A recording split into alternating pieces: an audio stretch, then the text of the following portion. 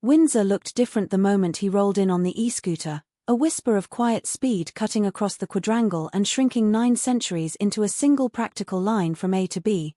Eugene Levi blinked, grinned, and realized he wasn't filming an exhibit so much as visiting a house that still works for the people who live inside it. The Prince of Wales braked with an easy balance learned from years of long corridors and short deadlines, waved Levi through a door that remembers every December draft, and began to tell the story the way families tell it, by pointing at the places that once hurt and then at the fixes that make today kinder. St. George's Hall always photographs as solemn, standards, shields, the acoustics of ceremony, yet William's finger traces a far homelier memory along the length of the room, the cousin pack turning oak boards into a racetrack, the drum of small shoes, the brief glory of a hand slapping the far door, and then the inevitable tax of victory in a building that was never designed for sprinting children, massive splinters, the sort that lodge deep and announce themselves 3 hours later with a wobble of the lip. That is why the old floor wears new softness now, carpet pads the echo but not the history, and he laughs when he says his own children don't know how lucky they are to fly down a royal corridor without ending the evening under a lamp while a nanny plays surgeon with tweezers and patience. After hours, he admits, the hall still becomes a runway, and you can see the scene as he speaks it. Game of tag rules negotiated in whispers, a father taking the long curve too fast, a tide of giggles ricocheting off portrait glass, no splinters, just breathless triumph. Levi gestures toward Henry VIII's armor, the glinting punctuation mark that turns every tour into a history quiz, and William shakes his head with the unembarrassed honesty of a parent who has learned to be corrected gracefully. George, he says, is already better than his dad on dates and battles, the family's fact-checker-in-chief who delights in catching a misremembered year and who has, without being told, absorbed that history is not a shrine to stare at but a library to use. That is what Windsor teaches when you live with it, reverence that bends into curiosity, ceremony that remembers to make space for play, and rooms that adapt without sulking about it. The scooter, a small rebellion on 2 wheels, makes sense the way good tools always do. Here the offices sprawl across courtyards and up back staircases that were designed for servants who ran paperwork by foot. Now the same footprints host video calls, staff stand-ups, and the unglamorous labor that turns an idea into a pilot and a pilot into policy. The scooter stitches the distances together, shaves minutes from days built of 5-minute margins, and the internet's verdict, the Prince of Wheels, is funny precisely because it catches something true. Modernizing the optics isn't the point, modernizing the logistics is. He hoots softly at the nickname, parks the thing against stone that has supported heavier loads, and pivots to the changes a camera won't catch on its own. Look up, he says, and the roofline tells you a different Windsor is taking shape. Solar panels seat themselves along the pitches where sun lives longest, not a gimmick but a system, a decision that turns summer light into winter resilience inside a 955-year-old shell. Look out, and the parkland is writing its own future in saplings, thousands of young trees tucked into soil by hands that won't live to sit in their shade, a slow-moving promise to bats, bees, and birds that an estate can be habitat as well as heritage. Look down in courtyards and you'll find EV chargers tucked with the deliberate modesty of good engineering, because the best sort of newness doesn't wave, it works. The king's touch is everywhere in these upgrades, part gardener, part accountant, part host, nudging systems toward net zero without turning the castle into a brochure. William carries the same bias for useful over flashy, and back in St. George's Hall he makes the carpet into a thesis statement. Fix what hurt you, keep what formed you, update what failed you. It isn't only flaws. The culture is being regrouted, one small habit at a time. He and Catherine learned quickly that the only way to protect family life from a job that eats calendars is to draw lines you keep even when keeping them is awkward. Adelaide Cottage gave them a landing, a snug that taught 3 children the grammar of Windsor, but Forest Lodge will be the workshop for the next chapter, still inside the same green envelope, 3 miles of breathing room, a home that can carry homework, muddy boots, piano practice, and bedtime crises without letting strategy memos colonize the kitchen. Keep the private house for living and the castle for doing, he says with a lightness that covers steel. Privacy here is not privilege but hygiene, a structural element like insulation that keeps temperature swings from damaging what you're trying to nurture. Staff need to be near enough to matter and far enough to vanish. Meetings need tables that aren't also breakfast bars. Children need to see that a door can stay shut for an hour and that a parent will open it when the hour ends. These are not royal idiosyncrasies but normal family technologies, scaled to a life that doesn't allow ordinary anonymity. Levy's talent is to let humor walk ahead and then quietly invite the soul of the place into the conversation. "Do you miss her?" he asks, and the room answers before the man does. For William, Windsor is his grandmother's pulse preserved in oak and routine, the long walk that taught the difference between pace and hurry, the chapel where grief is allowed to speak softly, the corridors where she made duty sound like a verb instead of a slogan. "I do," he says, not gilding it, and in that simplicity is the operating system he still runs: read, decide, act, tidy up, carry on. The question that follows is the killer. Does the past press on your chest like a weight?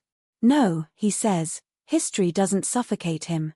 Family can overwhelm him, because family is fluid, and pain there does not obey timetables, but history is a compass if you let it be. It will point, not pin. That distinction matters more to him now than ever, because last year taught him that even well-built lives can lose their footing without warning. He does not play for sympathy, he speaks as a father who learned to cancel what needed cancelling, to speak to the children in age-right words, to insist on quiet where quiet heals, and to keep the country's work moving without letting the country into his kitchen. It is the same logic you can read in the corridor where splinters used to ambush small feet, remove avoidable pain, keep useful challenge, and run. The tour unspools across rooms that have hosted triumph and ashes. In a quiet aside he nods at the legacy of 1992's fire, the way Windsor learned the vocabulary of restoration, stone by stone, panel by panel, an exercise in humility and craft that taught everyone involved the difference between spectacle and stewardship. That lesson is alive in the current refresh: invisible insulation in places that used to leak heat like a sieve, glazing that guards artifacts from the tantrums of English weather, building management systems that measure temperature and humidity in the kind of slow, fussy data that saves paintings from microcracks and tapestries from sadness. These are UN sexy wins, and that's why he respects them. The crown's credibility, he keeps implying, is 1,000 tiny frictions removed, not one grand gesture staged. Near a window he points to lawns that are no longer just lawns. Wildflower strips stitch corridors for pollinators between formal borders, deadwood piles are stacked in corners where cameras don't wander, a pond's edge has been allowed to go shaggy because dragonflies like it that way, the mowing schedule has learned to speak butterfly. It is all both trivial and not trivial at all, and he enjoys the paradox. The family who can open Parliament can also let clover bloom. Both acts communicate priorities, one in ermine and one in chlorophyll. Levi laughs at the idea of an ecological diary for a castle and then stops laughing because the math makes sense. Net zero targets are only credible when they reach the microscale of how you run your own house. The e-scooter becomes a motif because it's funny and because it's a hinge. You don't drive a state limousine to a meeting 2 courts away, William shrugs. You glide, because friction is the enemy of output. He talks about how a day here actually moves, a morning huddle where 3 agendas become one, a quiet hour for reading proper briefings instead of relying on digests, a walk and talk across gravel rather than another email because tone lives in footfall, a drop-in from a curator with a conservation question, a FaceTime with a school where a program just launched, 5 minutes on the carpet to answer a child's existential query, back to the state apartments because an ambassador is here early. Return calls while crossing the quadrangle, scoot, smile, wave, repeat. It's breathless to hear and oddly calming to watch, because the choreography exists to protect the part of the day that matters, the human conversations that change outcomes. St. George's Hall offers one more lesson under the varnish. The portraits along its length are there to impress, but when you live with them they become companions and coaches. Some faces warn you off vanity by their very existence, others remind you that survival gifts like adaptability are as royal as heraldry, still others are private jokes. Look at that hat, reassuring you that even solemn ancestors had days they would not post if they had Instagram. William finds a thread that delights him, the portrait painter's trick of slipping details of the present into images of the past, a coded way of saying every age thinks it's historic while it's only ever ordinary life dressed up. That's the tightrope he is trying to walk, to do the job without becoming the museum of it. He cannot resist one more memory about the splinters because that is how you know the fix matters. He remembers being marched, both contrite and defiant, to a chair under a lamp, the ritual of inspection, the impossible choice between letting the shard stay or letting the tweezers in, the lecture about socks, the rush back to the game the minute the ordeal was over. The carpet is an apology to that boy and a promise to his children. We learn, we adjust, we do not require pain to prove strength. It is a tiny policy decision wrapped in underlay, and he is happier about it than a statesman is supposed to be. The conversation loops back to the scooter because the internet can't get over it. He's content to let it carry the jokes. The coolest future king, someone typed, and he answered by doing what cool people rarely do. He laughed at himself and kept moving. The point is not the vibe, it's the throughput. If a small battery on 2 wheels buys him 15 extra minutes with a charity lead or 3 extra questions from a school kid, it has repaid itself before lunch. Levi, good Canadian that he is, leaves room for a final, softer question. Does it still feel like home? William doesn't miss. Yes, because home is not the absence of risk, it is the presence of care. Yes, because the noise outside is real and sometimes cruel, but the routine inside is even more real. Early nights when eyes are ringed, phones down at supper because that is how you hear shy voices, a dog who always knows when to nudge a hand, the family rule that says you can be brave and scared at the same time. Yes, because Windsor is not a set, it is a system that remembers what has worked and isn't afraid to sand off what hasn't, a place that can add solar to slate and charges to cobbles without apologizing to the Middle Ages. Yes, because the hall where kings processed can also be a sprint lane for children who will never know the sting of oak in skin, and the common sense that put carpet down will one day feel as obvious as putting glass in windows.